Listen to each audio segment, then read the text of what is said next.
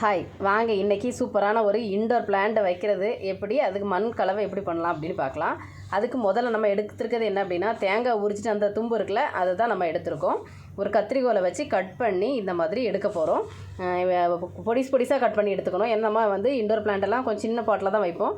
இந்த மாதிரி கட் பண்ணி ஹார்டாக இருக்கிறத தனியாக பிரித்து வச்சுருக்கேன். சாஃப்டாக இருக்கிறதையும் தனியாக ரெண்டாக பிரித்து எடுத்து வச்சுட்டேன். இப்போ நம்ம இதில் பாட் மிக்ஸ் தயார் பண்ண போகிறோம். தயார் பண்ணி எல்லா இன்டோர் பிளான்ட்டுக்குமே இதை நம்ம பயன்படுத்த போகிறோம். ஃபஸ்ட்டு என்ன எடுக்கலான்னு பார்க்கலாமா? ஃபஸ்ட்டு பார்த்திங்கன்னா செம்மண் கொஞ்சம் எடுத்துருக்கேன். இது ஏற்கனவே பயன்படுத்துகிற செம்மண் தான். கொஞ்சம் அதில் பூச்சிகள் எதுவும் இருக்கக்கூடாதுங்கிறக்காண்டி நம்ம வேப்பம் புண்ணாக்கு கொஞ்சம் எடுத்திருக்கேன். இப்போ அந்த மண்ணை இந்த கட் பண்ணி எடுத்த தேங்காய் நார் கழிவில் மண்ணை மிக்ஸ் பண்ண போகிறோம். மண் கொஞ்சம் குறைவாக இருக்கணும். இந்த தேங்காய் நார் கழிவு கொஞ்சம் அதிகமாக இருக்கணும். எப்போயுமே இன்டோர் பிளான்ட் வைக்கும்போது நம்ம மெயின்டைன் பண்ணுறது ரொம்ப ஈஸி. எப்படின்னா வாரத்துக்கு ஒரு முறை தான் தண்ணி விட போகிறோம். அதுக்கேற்ற மாதிரி தண்ணி பிடிச்சி வச்சுக்கணும். அப்படின்னா மண்ணாக இருந்ததுன்னா கண்டிப்பாக தண்ணி எல்லாமே ட்ரெயின் அவுட் வெளியில் வந்துடும். ஸோ அப்படி ஆகக்கூடாது. கொஞ்சம் பிடிச்சி வச்சுக்கணும். ஆனால் அதிகமாக ஓவர் தண்ணியும் இருக்கக்கூடாது.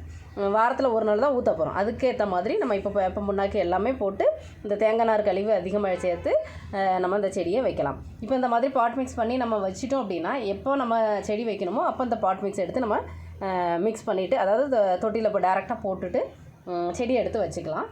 ஃப்ரீயாக இருக்கிற டைமில் நம்ம இந்த வேலைஸ் பண்ணி பாட் மிக்ஸ் தயார் பண்ணி ஒரு கவர்லேயே இல்லை ஒரு கோணிப்பையோ டப்பாலே போட்டு நம்ம வச்சிட்டோம் அப்படின்னா செடி வைக்கும்போது ஈஸியாக எடுத்து நம்ம அதை அப்படியே பயன்படுத்திக்கலாம். இன்றைக்கி நான் இது எல்லாமே தயார் பண்ணி வச்சுட்டு ஒரு 2-3 தொட்டிக்கு நான் இன்டோர் பிளான்ட் வைக்க போகிறேன். அதுக்காக நான் எடுத்து வச்சுருக்கேன். அதுக்கு ஃபஸ்ட்டு ஒரு தொட்டியில் முதல்ல அந்த தேங்காய் நார் கழிவு இருக்குல்ல, கொஞ்சம் தும்பு, அதை முதல்ல அடியில் போட்டுட்டு அதுக்கப்புறம் மண்ணும் சேர்ந்து மிக்ஸ் ஆனதை இடையில கொஞ்சம் போட்டுட்டு, இந்த கஸ்கு இருக்குது பார்த்திங்களா, இந்த கட்டியாக இருக்கிறது, இதையும் நான் கொஞ்சம் உள்ளே போட்டுக்கிறேன். இது வேர் ஊடுருவி போகிறதுக்கு ஈஸியாக இருக்கும். அதனால் இது கொஞ்சம் அதிகமாகவே போட்டுக்கலாம். இப்போ நம்ம எல்லாம் பாட் மிக்ஸ் இதெல்லாம் பண்ணி வச்சுட்டு, இப்போ இதில் ஒரு ஜீசி பிளான்ட் தான் நான் வைக்க போகிறேன். ஒரு பெரிய செடியில் இருந்து பிரித்து எடுத்து அந்த ஒன்று தான் நான் இதில் எடுத்து வைக்க போகிறேன். ஜீசி பிளான்ட்டை பொறுத்தவரையில் இலையை கட் பண்ணி வச்சாலும் வரும், தண்டை கட் பண்ணி வச்சாலும் வரும்.